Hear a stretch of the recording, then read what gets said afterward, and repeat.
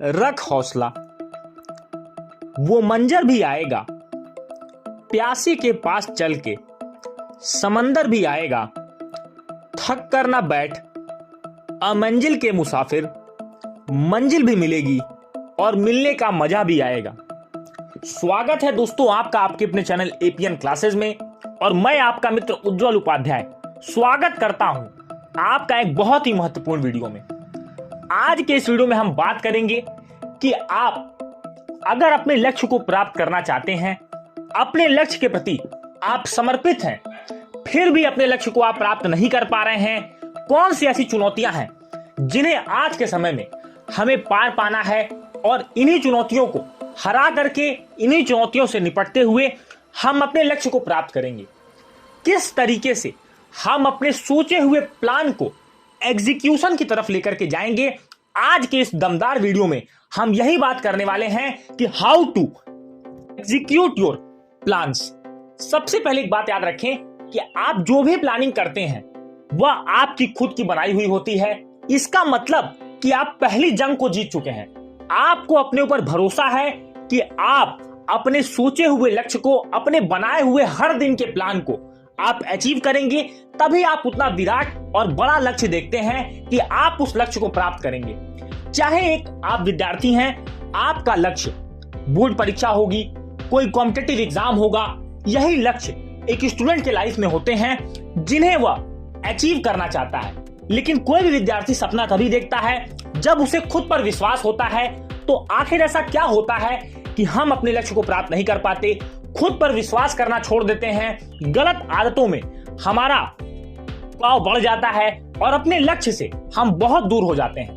आज के इस वीडियो में मैं आप सभी के सामने एक चुनौती को पेश करूंगा, एक चैलेंज को पेश करूंगा और एक समाधान भी आपको बताऊंगा कि किस तरीके से आप अपनी प्लानिंग को एग्जीक्यूशन की तरफ छोटे छोटे स्टेप में लेकर जाएं और एक सफलता को, बड़ी और विराट सफलता को आप हासिल करें।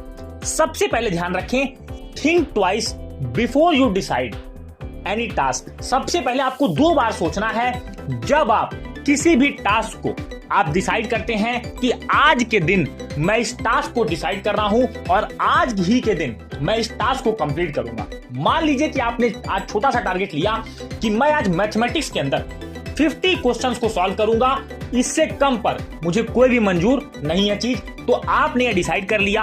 अब होता यह है कि मान लीजिए हमने 50 क्वेश्चंस को डिसाइड किया।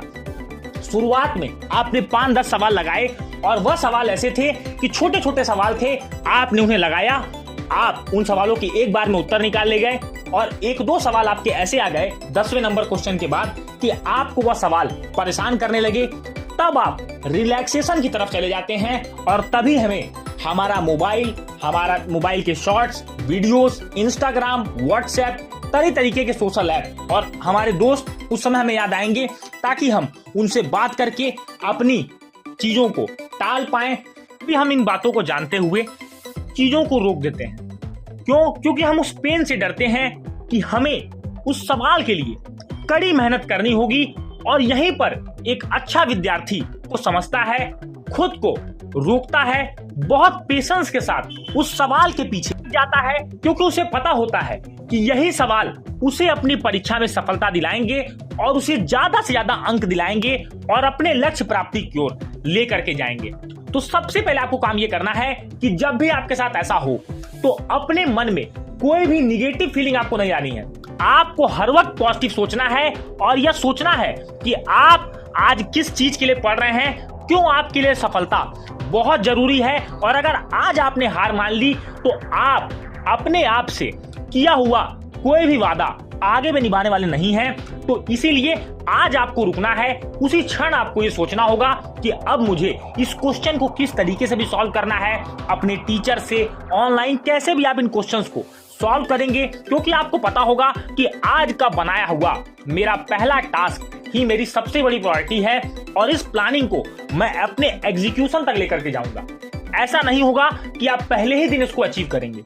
आप ऐसा काम 7 डेज तक करने की कोशिश करें, क्योंकि आपके एक वीक में 7 डेज हैं और हर दिन आपके लिए एक बड़ा चैलेंज होता है। तो आप भी अपने इन 7 डेज को एक चैलेंज के रूप में लें और धीमे धीमे इन कार्यों को करने का प्रयास करें।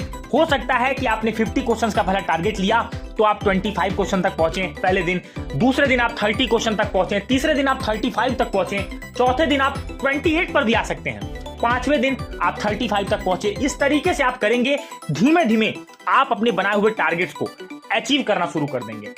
दूसरी बात, make a to do list on priority basis. दोस्तों, आज के समय में आप देख रहे हो कि हर चीज हमें एप्स के माध्यम से दे रहे हैं, बहुत सारी चीजें ऑनलाइन है, हम अपने सेल फोन के अंदर बहुत सारी चीजें बहुत आसानी से कर लेते हैं। तो आपको भी एक टू डू लिस्ट बनानी है। इसका मतलब यह है कि आपको पता होना चाहिए कि अगर आज की डेट कुछ भी है तो आज की डेट के अंदर मुझे कौन कौन से काम प्रायोरिटी बेसिस पे करने हैं। और आपकी प्रायोरिटी में 2 से 3 चीजें आएंगी।